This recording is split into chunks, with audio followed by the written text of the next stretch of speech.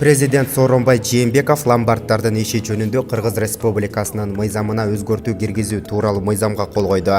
Бул туурасында мамлекет башчынын маалымат кызматынан кабарлашты. Документ Жогорку Кеңеш тарабынан 2018-жылдын 22-ноябрында кабыл алынган. Бул аталган мыйзамдын 11-беренесинин жоболорун Жарандык кодекстин 341-беренесине ылайык келтирүү максатында кабыл алынган.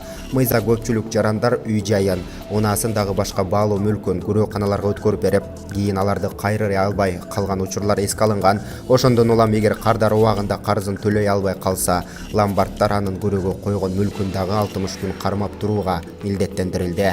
Эгерде алынган каражат сүйлөшүлгөн мөөнөттө кайтарылбаса, кардар жеңилдик берилген 30 күндүн ичинде кутулса болот. Бул мезгил ичинде ломбардтын пайыздык үстөктүн акчасын көтөргөнгө укугу болбойт.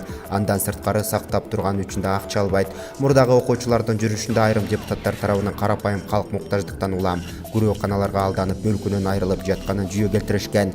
Жарандардын укугун коргоо жаатында тиешелүү чараларды көрүп, алардын ишине көзөмөлдү күчөтүү учур талабы экени белгиленген деп айтылат Жогорку Кеңештин сайтында.